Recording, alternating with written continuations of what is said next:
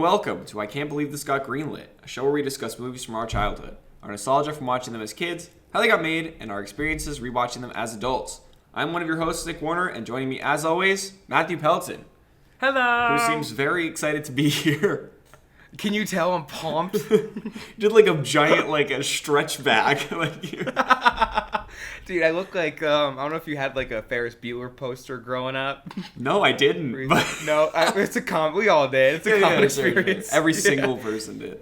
No, but there's like this poster of like Matthew Broderick all like kicked back. Oh yeah, his feet are out, and it's like, leisure rules. Yeah, that's Dude, it's literally all me. the time. At all times of all days. Every single day. I am Mr. Leisure, famously. So they call me on the streets. Yeah.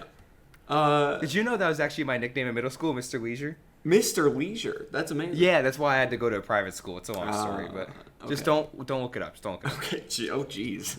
Now Yes, it's bad. I'm scared to look it up. New co-host next week. Okay, so usually we do a little bit of catch-up, but... We've been recording these episodes like very back to back. We've been pretty on it. We've been pretty on it, which is good. Like I feel like I'm like fully back. We're fully back as a unit. So I say let's just get right into the subject at hand because I feel like there is a decent amount to talk about with this one. I feel like was that your very like polite way of saying let's get it over with? Yeah, a little bit.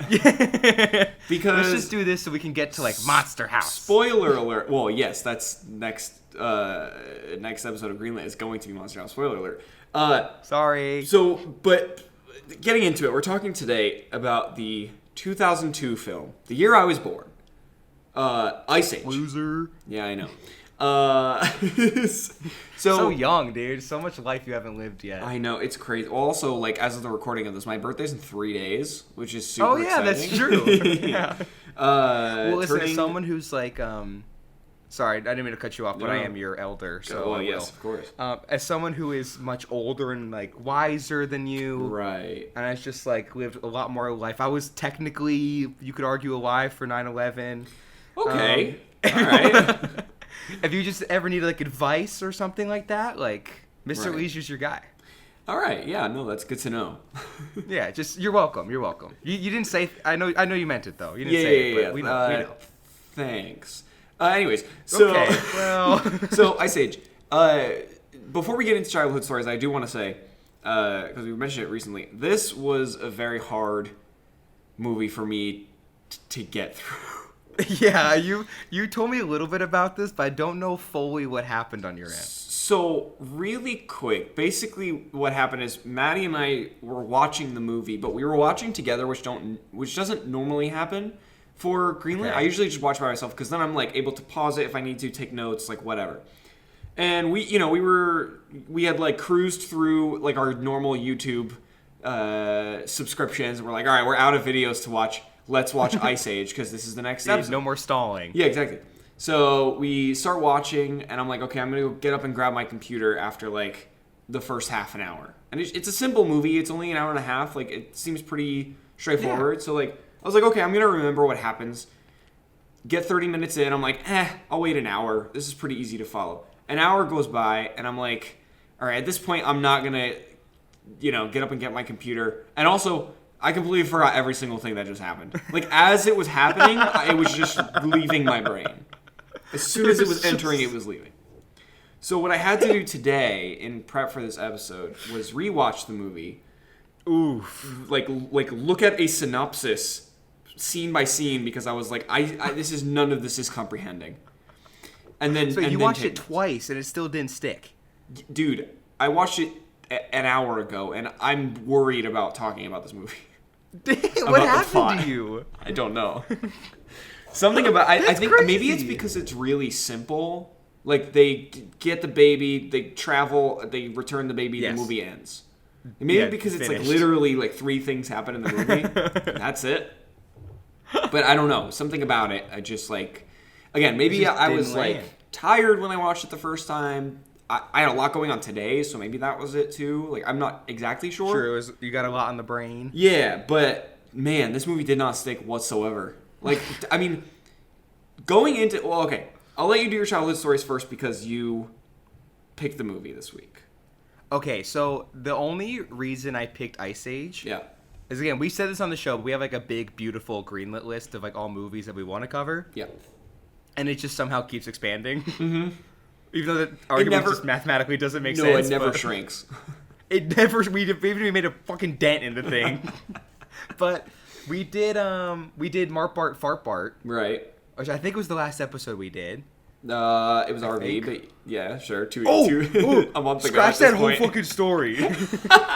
Go from we have this list and then cut everything I just said. Okay. And we're gonna start here. So the last movie we did was RV. Yeah. That for me was not like a big one. Sure.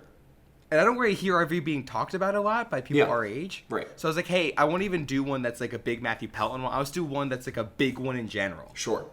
Like this was like it's like Shrek. Like, well, yeah, this one is similar to Shrek. This one is not only like the first movie's big, but then like the franchise, we'll get into it, is exactly. enormous. It's huge. Yeah.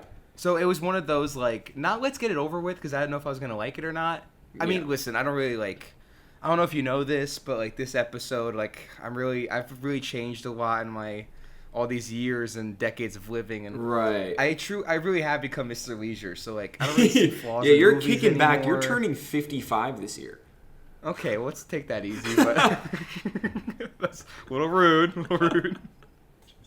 Get up there, man. I do. No matter what movie you put on, like I like it, man. You've been kicking back for too long. No such thing, brother. You were 68 when this movie came out. Okay, that is true. Yeah. I'll give you that one. Right. No, but it was one of those, like, it was inevitable. Yeah. Why not today? Yeah, no, that's fair. This movie, definitely was huge. I think I was thinking about it like this, similar to Spy Kids. I feel like this movie is more of a gateway to the sequels. Drug. Yes. This will get you addicted to heroin. Yeah, exactly. But this one was like more of a gateway to the sequels for me because I feel like I have more memories of the sequels, probably because they came out as I was growing up, not the year I was born. Exactly. But same with Spy Kids, like the third one in particular, which we'll get to in the summer sequels. That one has I have way more nostalgia behind that one than I did with the first one, and then same with these movies is I have more nostalgia around like the dinosaurs and like all the future movies. Same thing. Like again, I didn't even realize Ice Age was 2002 until you just said it. Right. So what? 2002. You were just born. Mm-hmm. I was, I think, 67 at that point. Yeah, right. So like I was really just starting out. Yeah. But no, like I have no memories of this one. Like I wasn't even one. Yeah. Well, I mean, so you're right. It's a door to also, more like nostalgic stuff. Right. And also just seeing how I watched it twice and I still am having trouble like remembering what even happened. I really do think it was just like the simplicity of this like didn't really make it stick out. Like obviously Ice Age as a franchise stuck out, so we're like, all right, we have to cover that, but not so much of this movie in particular. Yeah, it's like I don't know why we made this a rule on the show. We didn't have to. We set the rules ourselves. Yeah. But there's like this thing of I feel like we don't want to do sequels till we cover the first one. Mm-hmm. Like it feels weird to start with like Spy Kids 3. Well, right, because then you don't understand the production behind it, and then we don't get to talk about Robert Rodriguez for 3 episodes. Yeah, which that sounds awesome. Yeah. I love that, man. You know what? Mr. Leisure does. Yeah. No, dude, he's in our... Well, actually, no. He is on the fast track to be in our Hall of Fame. He's the first person that I thought would be in our Hall of Fame. And then... He's not there yet? Not yet, because we've only done Spy Kids and shorts. And we were going to do 2 and 3 in the summer sequels, and then... Which is now 2026. Right. And then we just never got back around to doing any more of his films. Unless... I guess that's true. I have a weird feeling that we did a third one, but I don't think we did. I don't remember. Anyways. We should do like a fast track couple weeks. Yeah. Like we only cover like his stuff for like 3 weeks straight. And then I feel like there was someone... Oh, was it Kevin James that you said that you wanted to fast track to? You were like, let's just do all of his. We'll do... Yeah. Kevin James Marathon. We'll do Zookeeper, and then Grown Ups 2... Mart Bart 2. Mart Bart 2. Yeah, and then he's in the Hall of Fame. Is he? I don't know if we talked about this in the episode. Is he still alive? Yeah, he's still alive. I just haven't seen him in fucking anything. I was gonna say he might be like soft retired. I mean, think about think about like the Sandler verse. He's in every single Sandler movie, even if he's in like as a small role. But this dude, like, because he's Adam Sandler's boy, he's just made so much money that like he could easily retire at That's whatever a good he point. is, 50, Yeah, 60. all those Happy Gilmore knuckleheads. Yeah. They kind of just like make bank and then run away. Yeah, and then they all come back once they're able to film with each other in Hawaii and for Netflix. Then they just make another $1 billion, and then they just leave for 8 years. It almost feels like a con. Like it feels like a scam. Dude, who was it? Someone recently was talking about how that's the type of filmmaking they want to do from now on. What? It was an actor. Oh God, I can't remember who like, it was. Scam filmmaking? No. They want to do like filmmaking with their friends where they could just like fuck around and then just make a ton of money and it not matter. I can't remember who it was. That's crazy. But someone recently talked about wanting to do that. And it was like someone it's someone who's on the come up that's like made a bunch of successful movies that feels like this is young? the next step in the process. I genuinely don't remember. Fuck. And if I do, I will insert it right now. Okay, perfect. But I have no recollection. I just remember this being a thing, and I was like, oh yeah, that's like a thing that they do. They just make a movie every like 5 years. They shoot it on like some exotic location. Their friends, like their wives, their whole family's there. Like they usually cast their own kids. Yeah, all the time. Yeah, and then that's it, and they make a ton of money. It literally, it feels like a scam. Yeah. Oh yeah. How is this allowed? No, it's insane. Well, because people watch it apparently. Can we make that the title of one of our episodes, like Kevin James scammed us, with like a bunch of exclamation marks? We should start doing like actual podcast title names rather like clickbaity title names, not the episode. We totally should. Not the episode title. Kevin James stole my wallet? Or like the movie and then in parentheses like a thing from the show. I think the movie should be in the parentheses. Oh yeah. Fuck the movie. Kevin James stole from us. Stole my wallet. Paul Blart Mall Cop.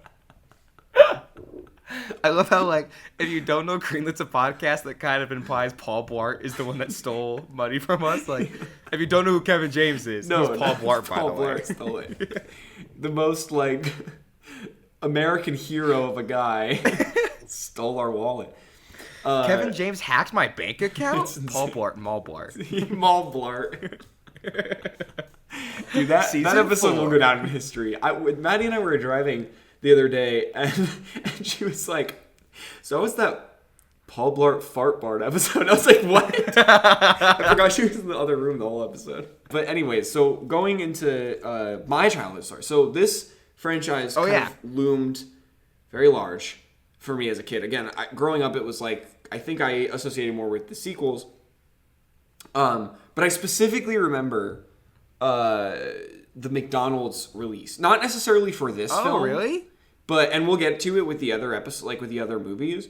But the McDonald's releases for every single one of these movies, I feel like besides this one, were so prevalent in my life that like every single time they released, I was like, I need that. It was amazing. Are you looking for you know what's interesting?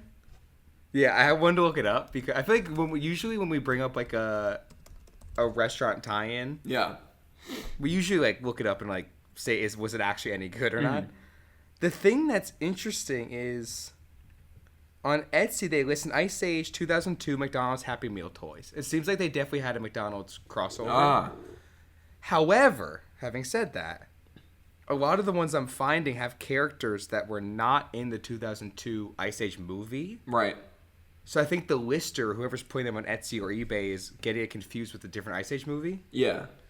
So I do think there's a McDonald's crossover. I'm just kind of struggling to find what it even looked like. It seems like the one that I'm thinking of is from the Ice Age 3, Dawn of the Dinosaurs. Because I think that one is the one that loomed the largest in my head. Because that was when I was 7, which is like peak childhood nostalgia time when you watch the movies.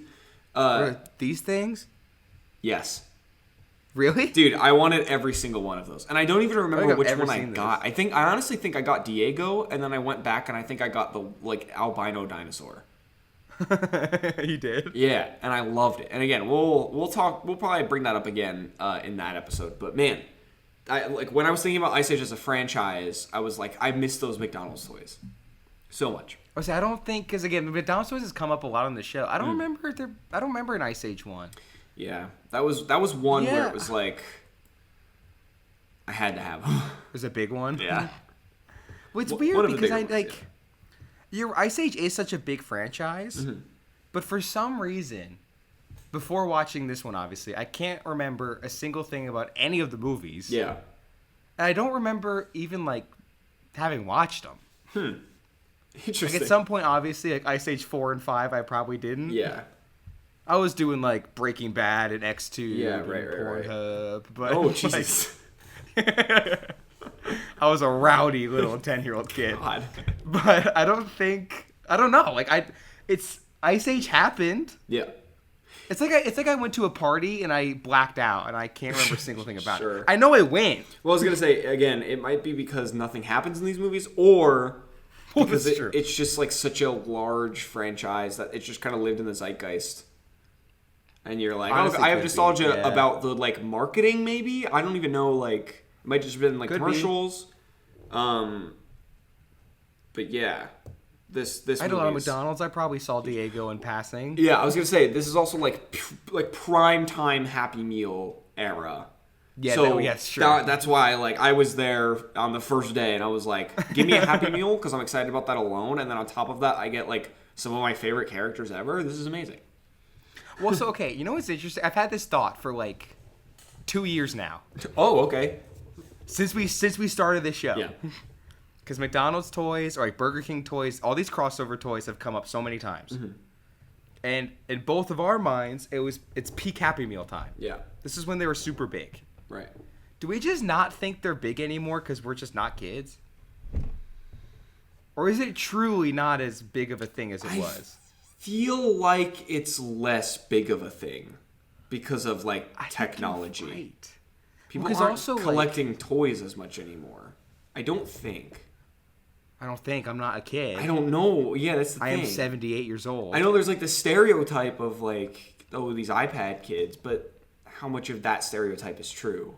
It's true. I don't know. You also do have the thing where it's like me and you growing up, Burger King and stuff had toys. Right. Taco Bell had toys. Right. Now it's only a McDonald's thing. Right. So it's definitely died down at least there. Yeah. But I don't know if you compare like Happy Meal sales from like now to like take 2007, for example. Sure. I would kind of be curious to see if it actually has gone down or if we just grew up. So the only thing that I found is an article from Time Magazine in 2012. Okay. And it's titled, Why We're Eating Fewer Happy Meals. Ooh. So even then, there was a decline. Yeah, over 10 years ago. Yeah. But, yeah, I don't know if there was a resurgence, but I don't know. I just don't think that they're as popular as they used to be. I think they were much more, especially like heavily marketed back in the day. Yeah, that's true. But it seems like again, they're not as popular. We're not kids. And again, like, what's actually in a Happy Meal, because I do pay attention to that. Oh, yeah. No, me too. I got one pretty recently. Yeah, I still get them. They're really fun. Yeah. The actual toy that comes in a Happy Meal is never as cool as they used to be. No. No. Not at all. Again, you eat the Burger King pint glasses with like actual glass. Like that. That's no joke. It's insane. Like what the heck? Like that is so cool. They're like collector's items. Yeah, exactly. It's insane. The stupid Squishmallow tie-in is not going to be collectible. Whoa.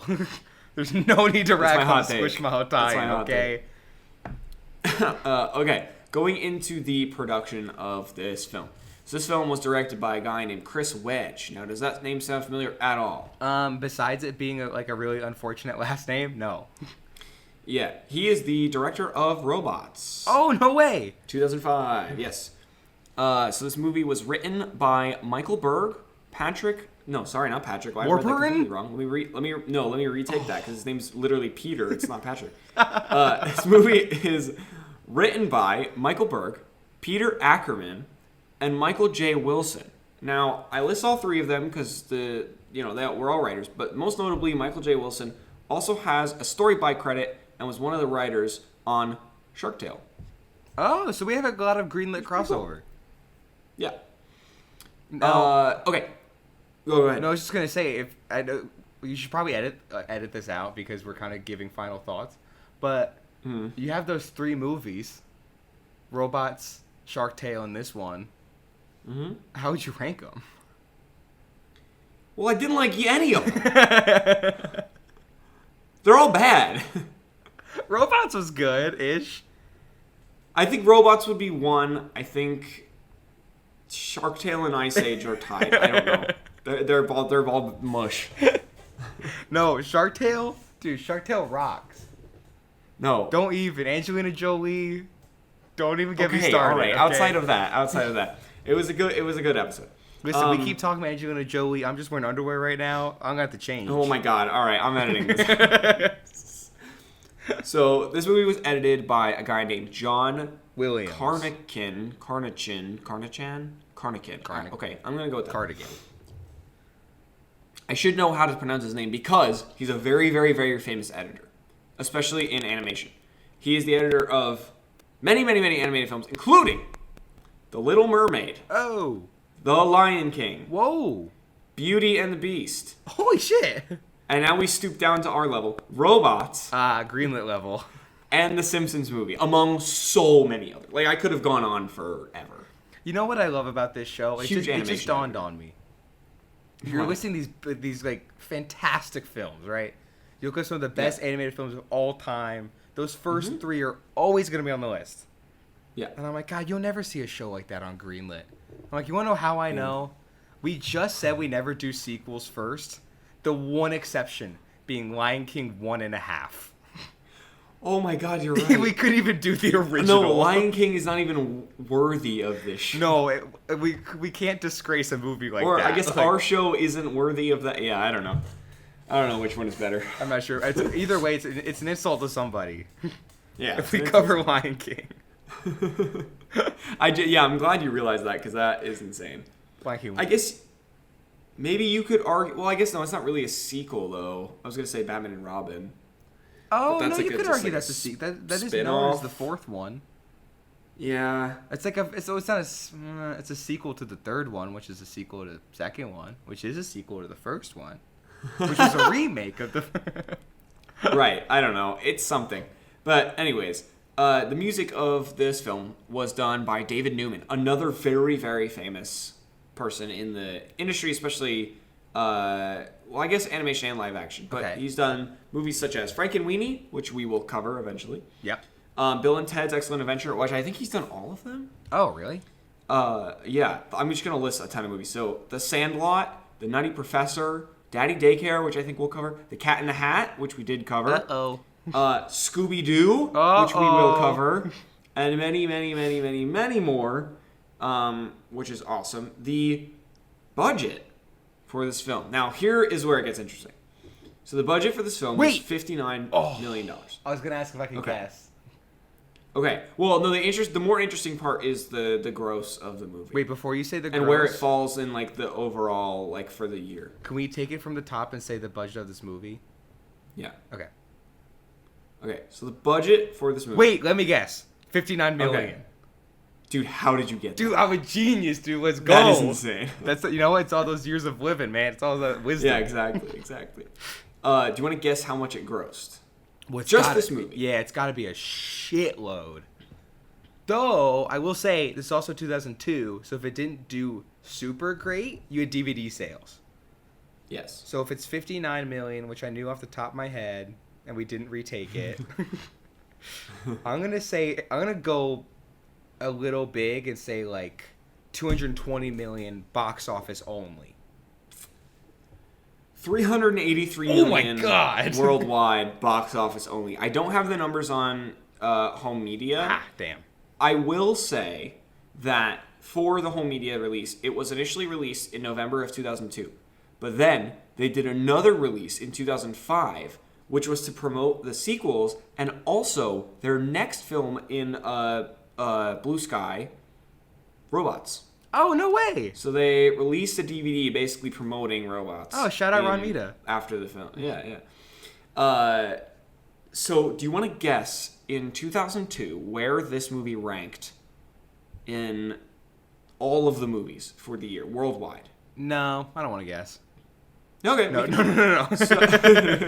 Okay, how much did it make again? 380 million, you said? $383 million. 2002. Oh, you have inflation, so that's a lot more than you would even realize. Yeah, but these are also raw. This is 2002 numbers. Well, that is true. Yeah, so yeah. it's still but like 380, like if a movie came out today, 382, it's probably not like top 10, but billion. Exactly. So 382, which in today's terms is like $10 billion. Right. What big movies were out in 2002? I think Harry Potter had started. Oh, you had the prequels. Fuck. I don't know if one of those is on to something with both of those. Am I really? Yeah. And those were fucking money makers. I'm gonna say Ice Age. Is it top 10 or top 15? That's where I was gonna say. Do you think it cracks the top 10? I know. Do you think it cracks the top 20? Yes, I think it cracks the top 20. I think it cracks the top 15. I just don't know if it cracks the top 10 for 2002. Mm-hmm. I'm gonna say it's like number 11. Dude, you're really close. Oh, what was it? It's number 8. Oh, damn for the it! year, which is very impressive. It outgrossed the other animated film that made over $100 million that year, which is Lilo and Stitch. Oh, really? Lilo and Stitch was number 16. We'll get to this in a later episode, but Scooby-Doo live action was number 15, because that was also 2002. Yeah, oh yeah, that's true. The top 10 for the year. Number 10, Minority Report. Number 9, My Big Fat Greek Wedding.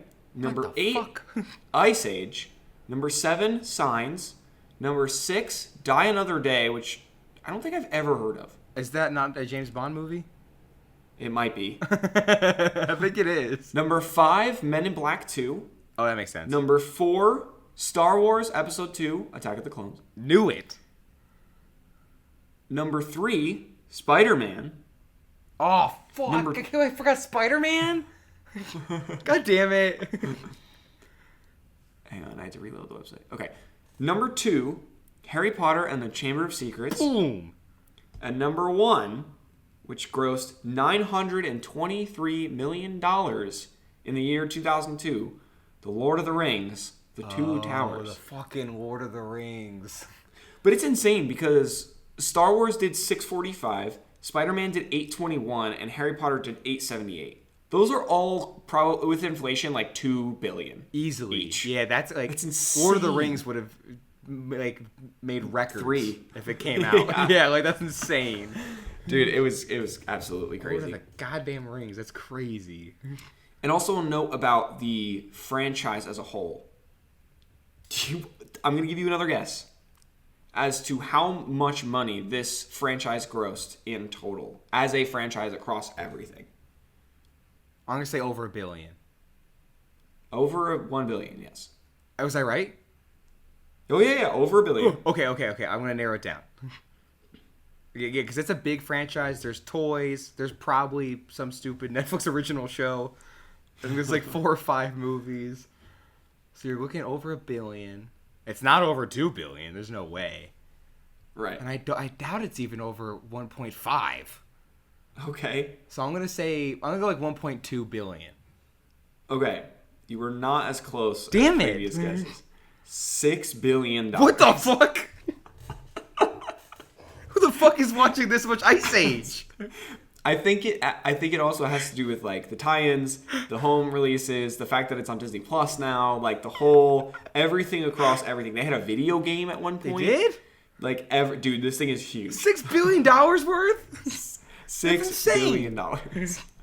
Wait, how much? Okay, just for like comparison, I can look it up. I want to know how much like the Star Wars franchise is worth. Well, that's like it's gonna be like $50 billion. Yeah, it's gonna be crazy. But just as like an analogy, I want to know. I think we looked this up for the Pokemon episode.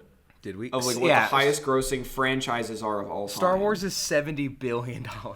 Yeah. Okay, right. now the $6 million makes a little more sense. Also, my memory is that the highest grossing franchise used to be Star Wars. I think it's now Marvel.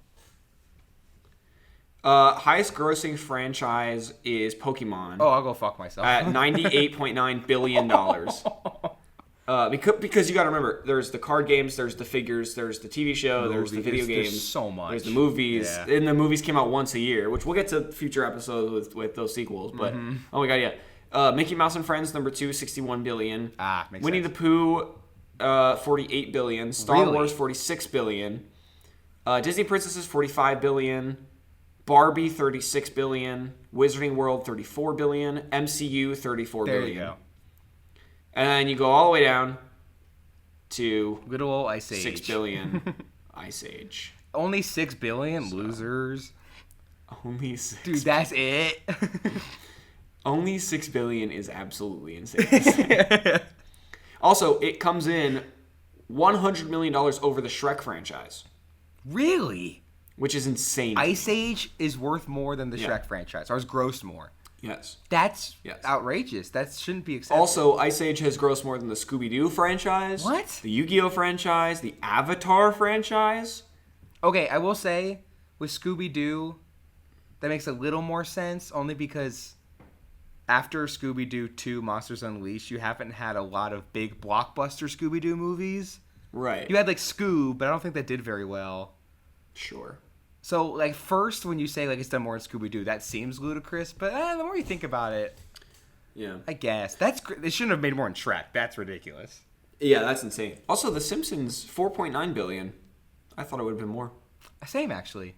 Because you have, like, the Universal Park for Simpsons. You got a lot going on with The Simpsons. Yeah, it's insane. Yeah, there's a lot of games, too, in the, like, 90s, early 2000s with The Simpsons. Yeah, and it's still kicking. Yeah, around. it's kind of technically. It's doing its thing. So going a little bit more into the history. So there's a lot that I found interesting about this history. And a lot I found on this history because it's such a popular thing, which doesn't happen very often on the show. That is true. Sometimes it's hard for you to find. So it was presented to me, which was great. So Ice Age was originally pitched to 20th Century Fox in 1997 by producer Lori Forte. The film, originally envisioned as a traditional animated movie with an action-oriented comedy-drama tone, was intended to be developed by Don Bluth and Gary Goldman's Fox Animation Studios. Now, around the same time, Blue Sky Studios, a small visual effects studio in White Plains, New York, was bought out by Fox and reshaped into a full-fledged CG animated film studio. So Forte was pitched to develop this film as a fully CGI movie, which Forte realized was, in her words, basically a no-brainer. I don't know if that's because of the cost or the length of production, because traditional animation would have taken much longer and probably would have led to more costs. So she was like, you know what? Even if the baby looks scary in this movie, which we'll get to, let's do it. Now, also, I feel like Blue Sky's come up on the show before. I don't remember why. Robots. Thank you. Yeah. Chris Wedge, who directed this and Robots, was also a co-founder of Blue Sky. Oh. So these were kind of like his movies, and again, with the promotion in the DVD sale, it kind of tied in Robots, which was a Blue Sky. Oh, which makes sense. And also, Blue Sky is no longer with us, right? I don't think so. Blue Sky passed away? Let me look it up. Blue Sky I was about to do Animation. Yeah, 2021, it closed. And I believe its last film, hang on, I'm going to just double check myself. Ice Age 7. The last film was on Christmas of 2019 with Spies in Disguise. Oh, my favorite. Wait, is that the one where there's like a little freaking pigeon? Yeah, it's Will Smith. And Yeah, I Pigeon, do actually which know I that don't know. movie. Yeah, but they were also the ones who did the Peanuts movie, all the Ice Age movies, the Rio movie. Okay. Horton Hears a Who, I'm surprised they Robots. went out of business. Epic. Interesting. That's a lot Ferdinand. of big movies. Yeah, but they have 13 films in their like filmography. Huh. That's it. But they're all huge movies. We don't. It might have just been like a cost-saving thing on Fox or Disney, because technically now Disney owned Blue Sky and they closed them. I don't know if that was like a Disney Plus thing. Because 2021 could be. Or 2019 is when Disney Plus launched, so I don't know if that's when they were like, all right, let's gobble them up. Blue Sky is our own thing, but now we're calling it something else. Like it got gobbled up by like Walt Disney. It's like the same animation, crew. Like feature animation, whatever. I don't know. I would say if their last movie was 2019, you have a lot of factors, because you're right. You have Disney buying 20th Century Fox. You have Disney Plus, Oh. and you have the pandemic. Yeah, COVID, yeah. Yes, there's a lot of reasons I guess that could have fallen apart. That's true. Yeah. Rest in peace. Yeah. That's so sad. Yeah, rest in peace. Well, they made this, so I guess it's not that sad, but Also, like, they all just got gobbled up by Disney, so they're probably... making billions of Also dollars. Yeah. Actually, no, yeah. So- Fuck them. Story development began in spring of 1999, and official production on the film began in June of 2000, 1 week after the closure of Fox Animation Studios. So 150 employees were hired to work on the film, and a budget of $58 million was granted by Fox. So I thought this was interesting. For research, the film's development team took several trips to the Museum of Natural History early on in production in order to make sure that the film authentically felt like the Ice Age. I like that. Yeah. Additionally, a team of 32 animators went out and did research to figure out the movements of different animals. For instance, the movement of Scrat. Animators visited a park and observed local squirrels, taking note of their twitchy way of moving. Wait, that's the squirrel's name? Scrat. It's a combination of squirrel and rat, because that's like the two things that they took inspiration from. I didn't And know then that. at one point, Chris Wedge, the director, was referring to Scrat as the saber-toothed squirrel. Was he really? Yeah, he was just like, oh, that saber-toothed squirrel over there. Because actually, you just said Scrat, and I'm like, okay, I didn't watch the movie that long ago, but I don't remember Scrat. Well, they don't call him out by name. Well, exactly. That's his- Yeah, that would make sense. He's like arguably the most famous character in the movie. Which, I'm going to save that thought. Okay. So this movie was animated using Maya, which is now much more popular than it was back in the 2000s, especially in 2000. I'm sure Maya was like just on the come up at that point. Probably, yeah, because Maya's still used to this day. Yeah. So I don't know how to pronounce this guy's name, which is not uncommon for the show. But the actor who plays Sid, John Leguizamo. Oh, yeah, he's a big guy. Yeah, he's like a famous guy. Yeah. His name is hard. That guy, John, who provided the vibe. Oh, Jesus Christ, let me take that again. John, that guy, who provided the voice for Sid, experimented with over 40 voices for the character. He did? He had some that were slow, he had some that were quicker, and he ultimately landed on the voice that he did for Sid. He just sounds like the actor. Yeah, he just like added a lisp. That took over 40 attempts? Yeah. What the hell happened? Yeah. I don't know if it was like a comedic thing, because I know that a lot of this, like, it started as a drama, and then it was like going to be more action-packed and a little more sad. Oh. Like, I think at one point, they were going down the route of like, and we'll get to this in the actual plot, but Diego was going to actually die. Like, he wasn't coming back. Yeah. And like Sid was supposed to be really mean. It was almost like the Toy Story effect, where like they tried it out. Yeah, where he was like just a dick, and Sid was supposed to be like that. He was supposed to be like snarky and mean. Wow. And then they were like, "This isn't working," so they made Diego come back to life, and then Sid just be a goofy little character. So I don't know if it was like in that development of his character, or if he was like just like practicing in his room doing different voices, and he was like, "Oh, about 40." What if I just do myself? Yeah, and you're good. And finally, Ice Age was nominated for the Academy Award for Best Animated Feature in 2003, losing to Shrek? No, it's not the same year. Lilo and Stitch. No. Scooby-Doo. Lilo and Stitch was a loss. It lost to Spirited Away, which makes sense. Oh, I've never seen Spirited Away. It's incredible. That's what I've heard. So sometimes my take on the movie is like it's not for everyone, especially on the first watch. Oh, really?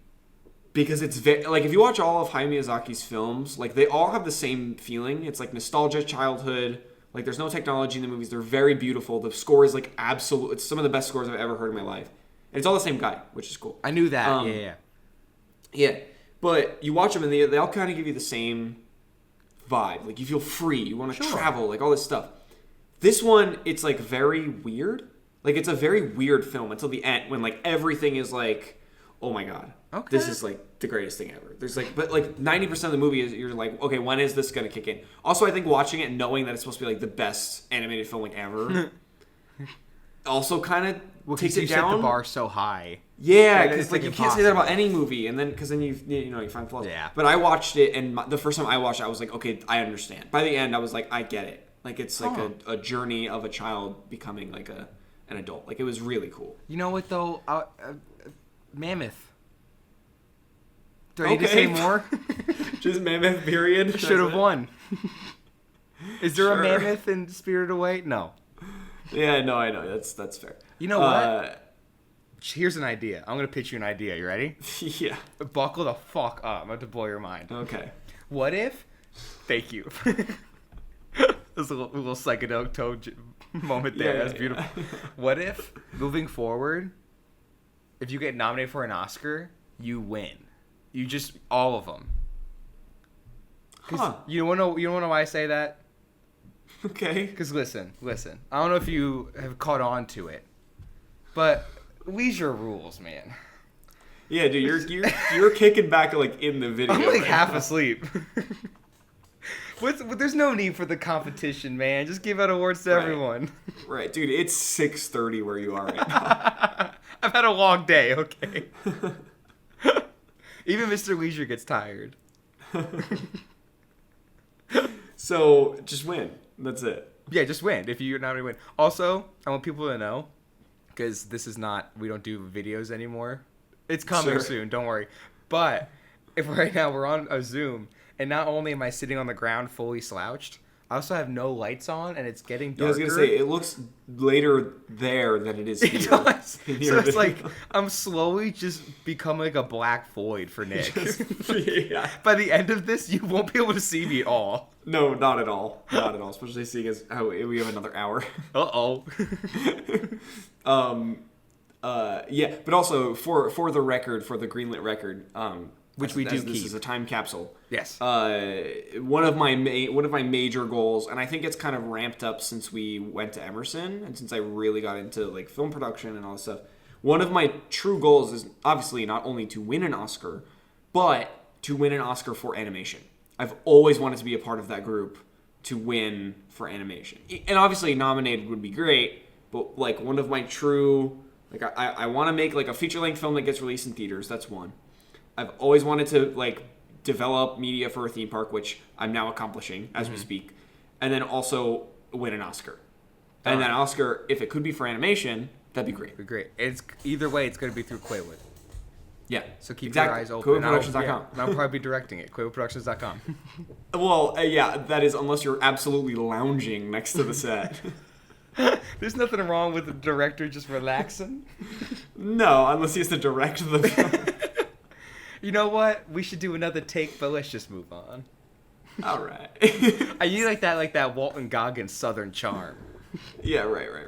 Next episode. It'll encourage everyone to do their best on the one take because they know that no matter what, that take is being used. It's the only one I'm because doing. we're not doing another one. Because I need a nap.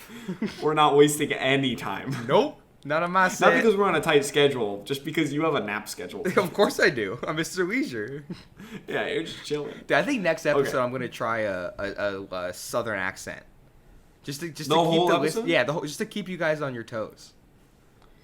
You've said that in recent episodes, and you should just start doing things. Like don't call them out before. No, I just like do them with no further I like context. saying I'm gonna do all these things, then the next episode I'm just like, hey. Yeah. I make all these big No further promises. comment. Yeah. Maybe I'll do like a lisp for an episode. Oh, like Sid. Yeah, exactly. Maybe I'll just be in like a Halloween costume and just never address it. What? In an audio only format. Yeah, I was gonna say I my favorite thing. There's two podcasts that we listen to that are audio only, and sometimes they do bits, especially on one, and they do like physical bits. Yep. And it's never addressed. It just doesn't work at all. So yeah. That's, and they call it out, but I think it's that's the new Greenlit gimmick. Yeah. I'm gonna have a just new copying. costume every episode. No one's gonna know. Yeah. I could be in one right And now. I'm gonna you have know. and I'm gonna have the same costume, which is the same Halloween costume I've had for my whole life, which is the whoopee cushion Whoopee that does not fit me anymore. It has to come back this year because I didn't have it in Florida last year, and I saw it in my room when I went home for vacation, and I was like, I should bring that back. And then I didn't have any space in my luggage, so I was like, all right, next time before dude, Halloween, it's I'm gonna iconic. bring it back and I'm gonna have it. It's like the Nick Warner Halloween costume. exactly. I'm going to go into Mickey's Not So Scary Halloween Party and wear that. And then the next night, I'm going to go to Halloween Horror Nights and I'm going to wear that. And it's going to be awesome. So just know, whatever the next episode is, Nick will be dressed as a whoopee cushion. And Every episode from here on out. We are starting next episode. That's my bad. Yeah. And by the way, no, You're he just so doesn't wash it. No, never. Of course, I It's didn't like, take why it would off you? either. No, it's on right now. Yeah, and but They'll never know. He has the whoopee cushion costume and nothing else. No. It's Thankfully, just- I'm sitting. Thank God. We used to live together. Yeah. Imagine my horror. But also, yeah, dude, it's crazy. Also, you won't actually know if I'm wearing the costume or not unless you watch the video version of this, which is on QuaywoodProductions.com. I don't know if it actually aired or not. I don't but think we'll it see. actually is, but I don't think it will be. can we just say there's content Anyways. on the website that isn't there so people know? Yeah. It's on the Yeah. Quaywood Productions YouTube channel. Go check it out. No, actually, there is cool stuff on there, so please go check it out. There's some and cool also, stuff on like, shoot me a DM or a text of, like, what you thought, even if it's that bad. Yeah, and shoot me a anyway. DM and just tell me like I'm handsome or something. Yeah, okay. Okay, so going into the plot of this film. So we open, and again, this is where it all falls apart. I tried my best because I don't remember this movie. Well, So we luckily for open- you, I have notes. Amazing. We open with Scrat trying to protect his acorn and causes havoc. I'm He, confused. like, cracks the thing, everything comes together, and that's it. I have so many questions about this. Yes. One, I know it's iconic for the rest of the franchise, but pretending this was a one and done movie, why the fuck is this in here? I don't know. Perfect. Okay, that's what I thought. The Especially answer because was. it comes up multiple times, and Yeah, there's which is no, bizarre, like, yeah. real... I thought it was just in the beginning. That's my memories. Every movie opens with it, and maybe they have it at the weigh-in, but that's it. They keep cutting back to this little fucker, Right. and I don't know why. Yeah. I'm just like confused. It's insane. Yeah, you're right. It's blue sky. It's blue sky. Also, now keep in mind, I don't know a lot about squirrels or rats or scrats, which are a thing, but Right. as from what I know, squirrels eat nuts. Yeah. Now this guy, if you watch closely, the whole Yes. movie, he's not trying to eat it. He's almost trying to like hide it. Like, protect it. Yeah. But my first thought was, like, oh, hibernation. But then I was like, wait, no, it's winter. It's winter. Like, it is winter. It's too late. Yeah. So that's what I thought too. I was like, oh, maybe it's hibernation, but Yeah. that is, and also usually with hibernation, you would bring stuff to like your home base. He's just putting it wherever he can find it. Yeah. So yeah, what is he actually doing? I don't Yeah. know. Oh, you know what? Another thing that I forgot to mention in the childhood stories is there's one time I went to the San Diego Zoo. The one time I was in California. Okay. And there were a few like add-on attractions, and we were like, you know what? We're spending the day here. Let's do the add-on Sure, attractions. might as well. We probably won't come back for a while, if not ever. And one of them was a 4D movie experience, and the subject at hand was Ice Age. Was it And Scrat? It was a Scrat film. Let's go. And I was in a movie theater shaking and getting like whipped on the ankles and water sprayed at me because this little fucker had to chase his acorn and we were along for the ride. But also, like, he's putting you through it for seemingly no fucking reason. No reason at all. He's just because fucking it has with to you. start and it has to end. He's just a little piece of shit, this guy. Yeah. Let's kill him. Right. Well, also, like, the acorn, as we'll find out, is indestructible. It gets struck Yeah, it by lightning, and is. it's the only thing that survives, like, completely intact. I think it's the only insane. thing that, like, truly survived the Ice Age. Yeah, that acorn. Yeah, that one acorn. Well, especially because, like, 20,000 years later, Yeah, it's still there. it's still there. Oh, yeah, it was still there. Yeah. I forgot that actually happened. I was doing a bit. Yeah. This No. crazy fucking movie It's like actually put global it in warming there. happens, and it's still there. It's still there. Yeah, it's insane. And even then, he Okay. still doesn't eat it. No, because it gets washed away. Oh, yeah, it does. Sequel, Ice Age 2. Yeah. I don't think he I'm wants to curious- eat it, I'm though. I don't curious on the understand. rewatch, like, if he finds that one in particular, or if he, like, goes and finds a different one. Like, is it the same acorn the whole time? That's my question. I don't know. We would ask Like, people throughout at the Blue Sky, but franchise. They've been Yeah. blacklisted. Yeah. Oh, that's Bob Iger. Yeah, that's a big B. Big B? That's me. We're friends. Dude, it's Big you B are and truly- Mr. L. collapsing into darkness I know, every dude, minute. I can you barely speak. see myself. It's crazy. Well, also because like you have like darker hair and like facial hair. Yeah, like, so it's just like you, and you're wearing like a I'm wearing dark a dark color. shirt, yeah. So you're just like collapsing. Okay, so all of the prehistoric animals are headed south as there is an ice age taking place, but not Manny, the woolly mammoth. He is heading north, or I guess not heading anywhere at all. Yeah, do we know what he was doing, or was it never addressed? No idea. He's just like, fuck you guys, I'm staying here. I don't want to talk to any of you. The subtext behind it is like, the people killed my family, and I don't want to interact with the people, so I'm going to stay here. But where's he going? I don't know. He's just doing his thing. He's just doing his thing. Also, I want to point out, this is now 3 questions that I've asked, and the answer is I don't know. And it's not a problem with you watching the movie and not remembering. I think this is just a common theme of this movie. Oh, yeah, 100%. And the runtime is like an hour and 23 minutes. It's really short. Yeah, it's really short. But because, again, nothing happens, and they have to add things, and that's it. There's a lot of like, oh, why is this happening? I don't know. Just move on. Yeah. Well, also, or just like, yeah, why did that just... What even just happened? Yeah, like I don't know. Diego dying or like not dying. Like we'll get to that. That's insane. Yeah, because that scene was like ridiculous. Yeah, but yeah, 3 questions in 2 lines of the plot.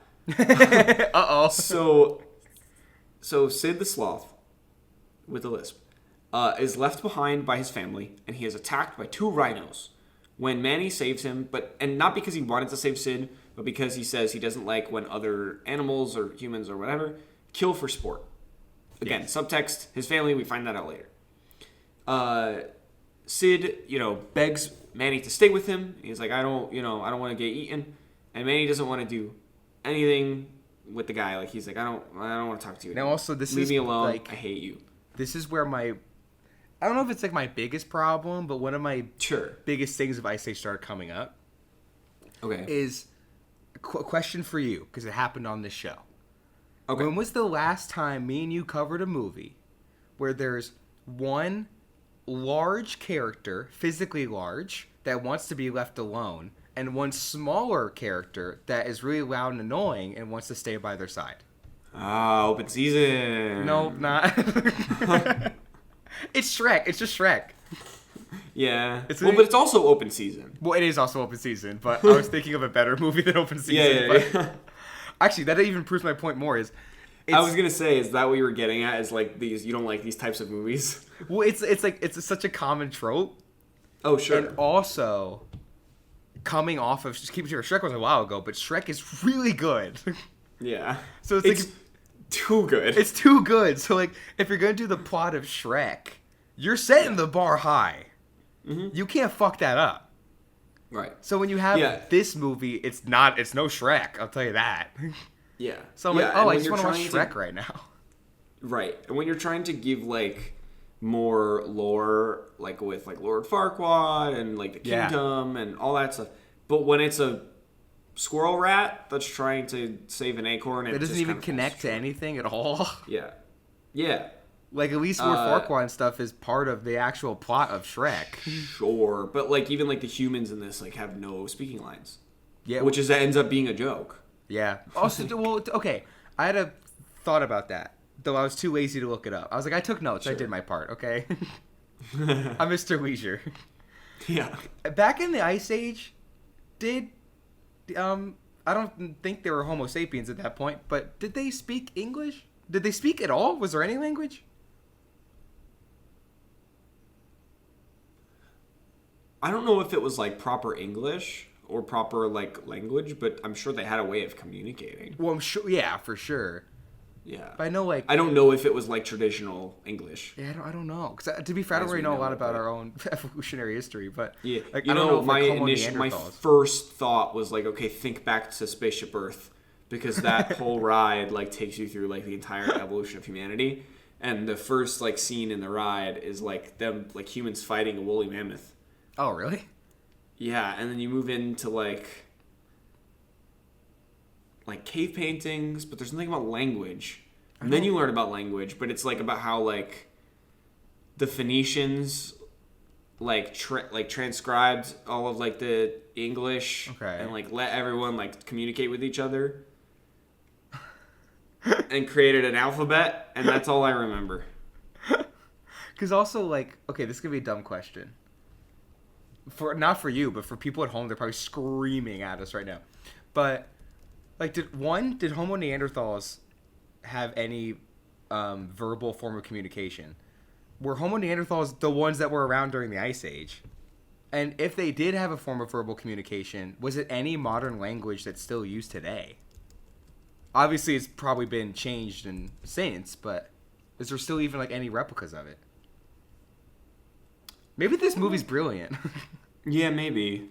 New research shows that Ice Age people living in Europe 15,000 years ago might have used forms of some common words, including I, you, we, man, and bark. Wow. That in some cases could still be recognized today. Huh. So they did have verbal communication. It seems like they had verbal communication, but it was not... It would have been gibberish to us now. Sure, but there was still a couple words that might have been translated over. Also, I like how bark is like... It's like tree bark, but in my head it's like... That's what I thought it was too. I thought it was a dog bark. I'm like, wow, even all those years ago, a dog is a man's best friend. It's crazy. So wait, how come in this movie, then, why don't the humans speak a single fucking word in this movie? Well, that's the joke of at the end, if you remember. They did? Yeah, at the end, I have it in my notes, but at the end, I think Diego is like, oh, silly, you know that humans don't speak. But they do. Like, at all. But it's like the joke of, like, how like dogs don't talk to us. Oh. So that was the joke. He's like, silly, you know they don't talk. Got it. Like, obviously we talk and they don't. I think we discovered this movie's brilliant. So, yeah, it's like us with dogs. Like, obviously they don't talk, but then behind our backs. Like, dude, they talk. Like, think about the conversation we just had because of Ice Age. We're like, did Homo neanderthals even have a verbal form of communication? Like, did they even have a voice? Dude, could they even voice their opinion? Could they stand in front of a group of people and voice their opinions? How would a Homo neanderthal feel about the modern political situation in the United States of America? Their head would actually explode. Like, genuinely, I don't know how. All they know is, like, fire, kill, eat. Could you imagine, reproduce. Like, showing a caveman that, like, only knows fire a fucking, like, nuclear bomb? Yeah. Like, we made that. Or, like, trying to explain, like, the difference between a Democrat and a Republican. There's no fucking way. They'd just be like, ooga booga. Okay, I don't know if we said this on the show. I have this weird belief that if I travel back to caveman times and played them like Avengers Endgame, I think they would just die. Like, what? On the spot. Like, they would just spontaneously die. Oh, you're saying... Okay, I completely misinterpreted what you were saying. Wait, what did you're you think saying I show said? them the movie. Yes. I thought you meant, like, go there, like, with some sort of technology and, like, wipe half of them out. No, Jesus Christ. I was like, so you want to go back and become the ruler? No, I do not. The ruler, ride a mammoth. Okay, maybe I do. That's pretty bad. Yeah, with a big-ass cape and an infinity gauntlet. That is something Mr. Leisure would do. What could I say? Yeah. No, you'd do it, and then you'd kick back. Exactly, dude. Like the world's Thanos. my own. Like Thanos. I watch a grateful universe. Yeah, exactly. But no, I'm so serious. If you went back and you showed a caveman, you sat him down, opened up a computer, and played Avengers Endgame, I think he would die. Yeah. Like, which I think he would. Right. We should try it. Yeah, no, we should. Next in, like, episode. a couple years when that's invented. Oh, no, or next episode. Yeah, I'm gonna have a lisp, and I did a big experiment. Cool, great. And I killed a man. Okay, so back to the plot. You killed half an entire population. So, a family who apparently doesn't speak is peacefully settled in their community as saber-toothed tigers watch them from afar. Uh-oh. And now Diego, one of the tigers, is told that the family killed the rest of their pack, and that the head of the tigers, I don't remember his name. Who cares? Yeah, wants the humans dead and the baby alive for true revenge. Mm-hmm. Now, why not? Cut away, we have another Scrat mishap as he climbs a tree to keep his acorn safe, and then lightning hits him, And the acorn, again, indestructible, is not affected whatsoever. Because what's the problem with that? Yeah, exactly. Yeah. So the saber-toothed tigers attack the humans, and the mom and the child, like the main child, and that child's mom. The main child. The baby, the Grogu. Escape by jumping off a cliff into water, which I thought was insane. Yeah, it's like that baby's dead. Jumps down a waterfall. That's like huge. And it wasn't like a small waterfall. Yeah, this thing's fucking ginormous. Massive. Yeah. And it was also like, by the way, I want you to know, it was right after they both live. I'm going to read to you exactly what I wrote down. Okay. I wrote, beginning moves so quick, I feel like there must be scenes missing. Or I'm really high. Jeez. I didn't know which one it was. Well, yeah, it feels like there's no smooth transitions of anything I'm saying. No. It's just like, truly one thing happens after the other. Especially, like, later on, it kind of fixes itself, but in the beginning, it's one of those things where you could easily rearrange the scenes in a different order, and it wouldn't change the rest of the movie. Yeah, That's not good. Right. It's just your classic, like, film editing, but you were given bad footage, so it just is what it is. Yeah, you did the best you can, but, like, there's just no transition at all. And again, like, later on, you get very much, like, the nitty-gritty of, like, their travel from one place to the next. You can't really have one scene without the other. Exactly. Like, yeah, then it does fix itself, but at this point, it's they have to get into it quick because the movie is an hour and a half. Yeah, it's so like, all right, we got to get to the plot of like the baby, the saber-tooth tiger's trying to get the baby. The baby ends up with the people, the main characters, and then they all become friends. And like it has to kick off the chain of events. I get it, but it is really quick. It's really quick. It feels like, and there's no like evidence. I'm not saying this is what happened, but it feels like this movie was maybe like an hour 30, and then they got a bunch of studio notes. They're like, hey, the beginning needs to be trimmed. Yeah. But they didn't trim anything else from the rest of the movie. Right. They just cut it all here, and it's just like it's nonsense. Yeah, because it feels weird that the rest of the movie is so well paced. Yeah, they really fixed it. Like, yeah. Like, I don't know what. Like, I'm convinced something must have happened. Like, if we somehow maybe got they our just hands liked on the back half better. Could be, honestly, could be. I don't know. Again, or the beginning was not testing well. People weren't paying attention. Yeah, just tried to cut around it. I think if we got our hands on like the original script, I'm convinced there must have been more to this. Oh, I'm sure. Yeah, because it's just like it's just go. Yeah, but so yeah, the mom and the son. I think it's a little man. Okay, cool. They escape by jumping into a body of water down a waterfall, somehow surviving, and the rest of the saber-tooth tribe are fended off by the humans and kind of fall back. They escape. The mom doesn't survive, right? Well, we'll get to that. Okay. So before that happens, Diego is told to find the baby at all costs, even if you have to kill the humans, kill everything in your way. Like, get the baby. That's what we want, or else. So Manny and Sid, they're kind of doing their own thing. They're on their own journey, and they run into the mom, and she gives them her child, and she like disappears. Yeah, she just like floats down the river mysteriously. Just, like, she's never seen again. I don't know if it's like a native thing, because like they're into like the spirits and the ghosts and like the ancient and the ghouls, whatever, and the ghouls. No, but like I've seen a lot of like films and television shows where like that sort of thing happens. So I don't know if that was like a reference to that, but it did kind of catch me off guard. Where I was like, oh, she gave them the baby and then she evaporated. Yeah, like she like Yoda style, just Yoda style. Yeah, just like melted into her like parka. It was after this scene I have discovered a new thesis for this movie. Okay. That or a theory, one of those big fancy words that I don't really know what they mean. Sure. Too big for our show. Very much so. Okay, so you have very early on, you have a bunch of rhinos that are attacking Sid, and they're like, "We're gonna fucking murder you." Yeah. Like, this is death. Yeah. Then you have the saber-toothed tigers attacking all these people, and a bunch of like literal children and like wives and people. But there's a bunch of deaths. Yeah. And then you have the mom of the main kid die. Mm-hmm.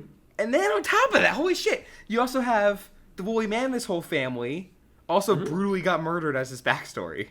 That was like that actually almost made me cry. Yeah, it was fucked up. That scene in particular. It's I don't brutal. know if it's the animation, but it was crazy. So I have a theory that this movie, unbeknownst, no one's talking about it, is secretly an incredibly dark film. Oh yeah. I don't know why this isn't being addressed. Yeah. But it reminds me of Anita. Yeah. Think about it. He was the guy that's like, there's going to be more dark kids movies. This is like a secret one. Like, no one even knows it. Right. Like, this came out today? Fuck no. Yeah, no. Yeah, no way. Yeah. I feel like, and good on them for including all that, because obviously that was it was of the times. Like, everyone, that was it. It was life and death. Yeah, death was in a lot more kids' movies back then. Yeah, right. Well, that, but also, like, it's the times of the actual film where it takes place. Like, there's a lot of death going on there. It's literally you're fighting for your life against fucking woolly mammoths. Like, I can't imagine doing that. You get freezing to death. like you get a sneeze, crazy. You're dead. Yeah, that's it. It's like game over. Dude, your brain explodes if you, like, have one sniffle. If you coughed once, it's like, all right, nice knowing you. Bye. Yeah, sorry. Bye. Nice knowing you. 12 years. Great. Yeah, it's crazy. So, yeah, no, I appreciate them for adding that, but that is, it's like, yeah, it's dark. It's dark. Yeah. It's also weird that, like, such a dark movie then turned into this giant kids franchise. Like, yeah, right. Yeah. I'm now curious with the newer movies, or like the ones after this, if they kind of stick to that darker tone, or if they say, all right, it's going to be, we're going to wash this thing full of, like, kid stuff and not so much those undertones. If I had to guess, I'm going to say probably kid stuff. Yeah. But to be fair, I would have guessed this movie's full of kid stuff, and I would have been wrong. Yeah. Yeah. Yes, I will. I say you get points.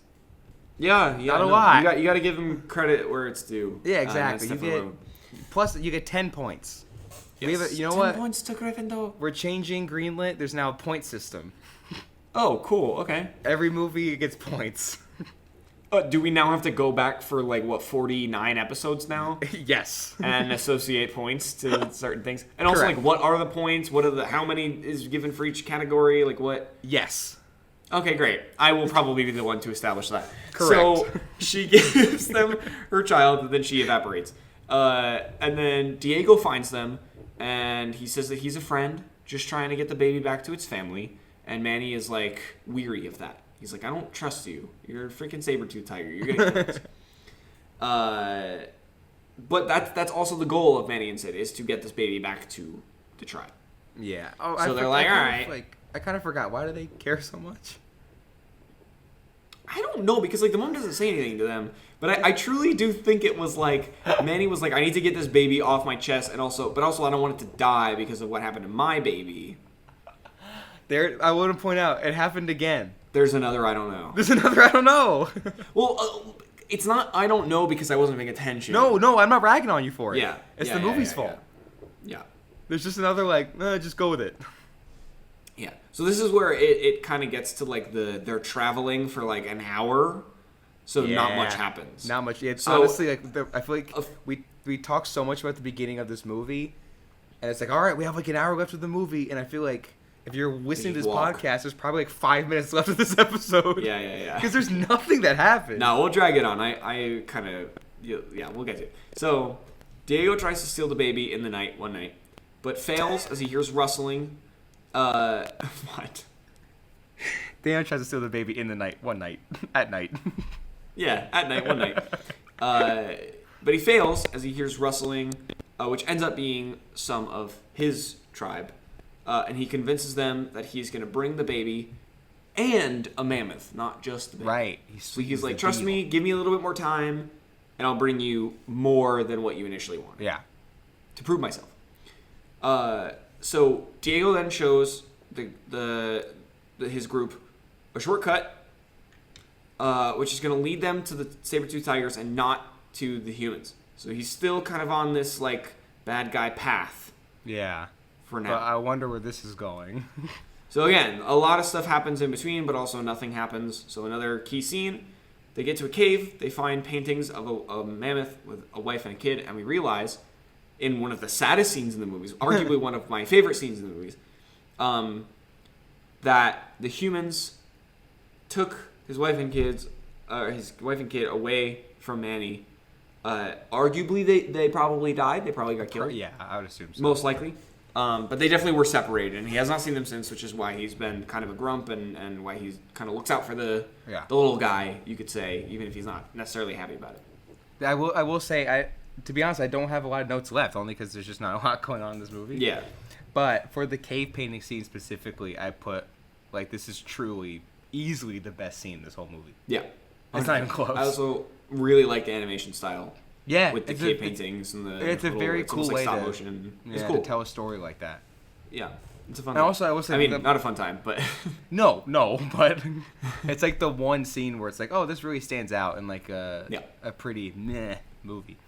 But the scene right before it, like how they get to the cave paintings, not the cave itself, is terrible. It's my least favorite scene in the whole movie. Sure. Do you remember? It's like I put baby slide in the cave. Yeah. Like the baby's just like falling down some slide or something, and they all go. Yeah, and they all magically find ice slides that are the same size as their bodies. Yeah, for some reason. And there's like multiple, like they jump and find different slides, and they crisscross, and they all land in the exact one that fits their body type. It's amazing. I will say, when I'm building a cave, I do make like a mammoth-sized slide, a baby-sized slide. Like that is part of it for sure. Tiger. Yeah. But it's just, I think I forget exactly what my note was, but it's just, for a movie that's already short, I'm like, why are they making scenes to fill the runtime? Oh, yeah. It's only hour 20, dog. Like, cut this. Yeah, keep the actual interesting, beginning stuff. Yeah, put more shit in the beginning. So you have, like, my least favorite scene ever, because it's just such a waste of time. But then it so strangely goes to easily the best scene in the movie. Yeah. And I'm like, what just happened? Yeah, it's insane. It's like, and then you kind of just get like all right, we're gonna wrap the movie up now. Yeah, it's like, all right, the movie's done now. Yeah. You're like, oh, okay. I'm sorry. You actually care about the characters? The end. Bye.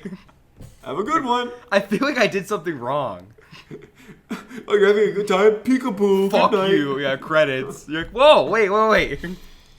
So, the humans continue to look for their baby, and Manny, in a later scene, Manny saves Diego from lava, the first real sign that Diego is on their side. So he's like very appreciative, and he's like, wow, they're looking out for me.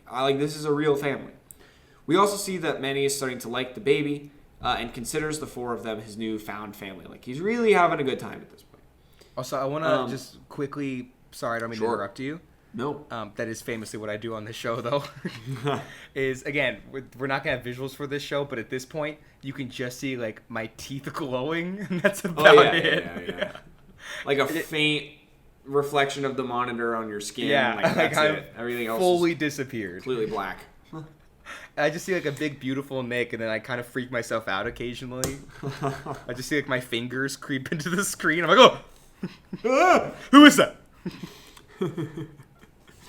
Okay. So, getting towards the end. Thank God. Yeah.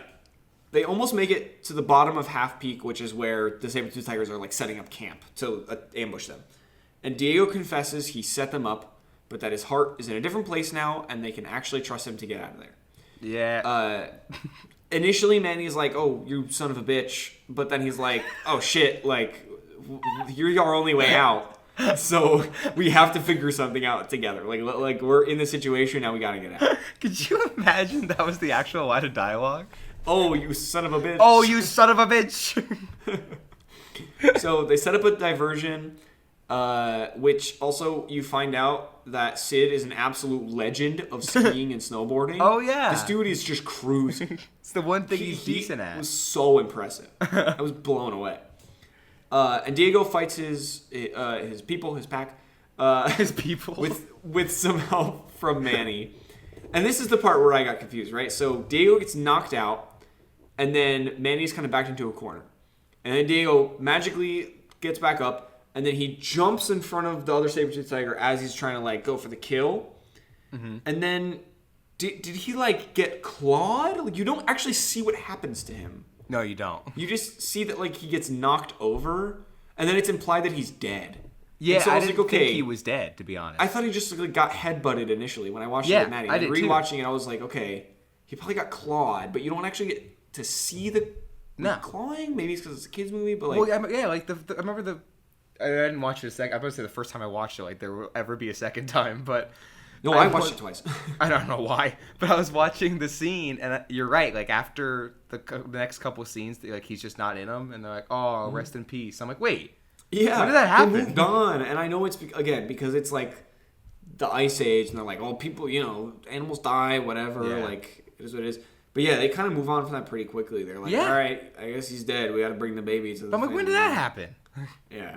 He got lightly punched and he's out. Yeah, that's it. yeah. It didn't seem graphic at all. Yeah, like he just got like headbutted, and also like he just got up from getting knocked out.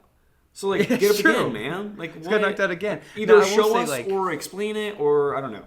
If you have obviously like if you want to go for a claw to like the throat, you can't show that in a kids movie. Sure, but there is like a way to like think about Lion King. I was just gonna say Lion King. Yeah, like they show the clawing, but it's not like bad. It's just like fur gets. Yeah, clawed. it's just fur, so and then it's very obvious that Mufasa just fucking ate shit. Yeah, no, he gets trampled. Like he got a brutal death. Yeah, but in this one, I'm like, oh wait, what happened? Oh, he got knocked over. Okay, they gave him get a up, buddy. little pound in the head, and he's dead. Yeah. Yeah. But yeah, so Manny knocks out the other tigers, and they retreat. So Sid, the baby, and Manny kind of get out of there. And their friend is just dead. So Manny said eventually they find the humans. Again, the movie kind of comes to a barreling end. And return the baby, and they thank him. They thank them with like the little like gift. And then, oh hey, Diego's alive. There he is. Literally like one scene later, 2 minutes later. And then bye. And then there's that joke about how humans can't talk. I thought that was pretty funny. So then they migrate together, and they're like, they make the joke about like, oh, global warming, that'll never happen. And that's also a 2002 joke. That's true. So that's interesting. And then we cut to 20,000 years later, and global warming has occurred. And Scrat is still trying to get his acorn and ultimately can't. Finds a coconut? I think so. And then this eventually leads to a volcano erupting, and the movie ends. And all is well in the world. Sure. And that is Ice Age. Woo! All right, final thoughts. Let's hear them. Nah. Yeah. That's it. No, it's like, I think we literally I might have said it for RV, I don't remember. But it's a very, like, fine 2002 kids movie. It's not, like, bad. It's just not... Sure. It's not anything, like, noteworthy. Dude, my notes literally are fine movie. Don't have a strong feeling about it one way or another. Yeah, yeah, exactly. Like, there's a reason you had to watch this twice just to even remember the plot. Yeah, it's so much of nothing that I can't even hate it, but I can't love it. Exactly. Like, I gotta be honest. Yeah. I swear to God, I remember, this never happened to me before. As I'm becoming Mr. Leisure, but I was watching the movie, and they send the baby off to the humans. Yeah. And keep in mind, the whole theme of the movie is kind of like this found family. Right. Your family's not necessarily who you're born with. Saber-tooth tiger ends up being with a woolly man. Sure. With all these people. Like, you know what I mean? It's this. They found this family together, and to them, that is their family. So I assumed thematically that the baby would stay with them. The baby chooses them. Mm-hmm. But no, they just... I mean, the baby is kind of allowed to, like, have one final goodbye, which to me is insane, because, like, if you were a human... I wouldn't just let the baby go back and be like, all right, hug your sloth friend. Hug your big woolly mammoth. Good point. But I guess like it survived with them for so long. They were like, all right, one last goodbye. Sure. But yeah, like, and then it just goes off. Which, it's just weird that I felt like thematically they didn't quite land. They didn't quite stick the landing. Right. But even, dude, that's the thing though. Even with that, if this is any other movie, I'd be more upset by it. But this movie is so much nothing. I was like...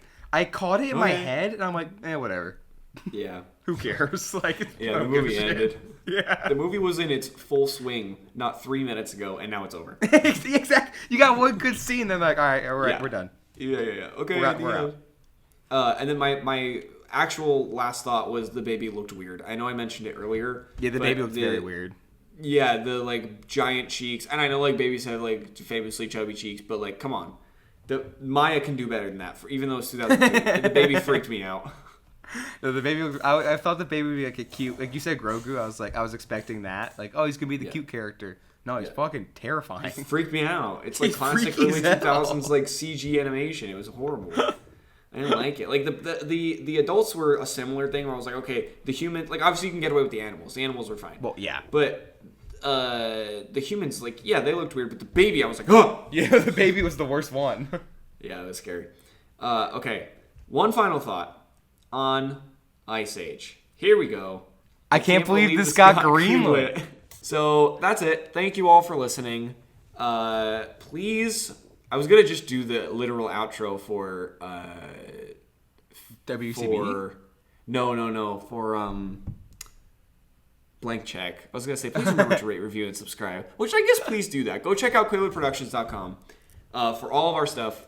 Our newest thing that's coming out, the things that have been out, more episodes of Greenlit, more episodes of Director Development. Also, don't forget, Quaywood Productions is on Instagram, Facebook, TikTok, and LinkedIn. We are everywhere, so go follow And us. YouTube. Oh, and YouTube. Yes. So go check us out. We have a bunch of Yes, cool please. stuff. Nick said earlier, so I won't repeat it, but we have a bunch of shit all over the internet. Stay tuned next week for the newest episode of Director Development, and tune in to the next episode of I Can't Believe This Got Greenlit. It is now spooky season, and we are kicking off October strong with the one and only Monster House. Let's go. We're very, very excited for that episode. That episode has been a long time coming. And obviously we wanted to wait till the spooky season to give that to you guys, so please stay tuned for that. And we will see you then. Bye. Bye. Bye.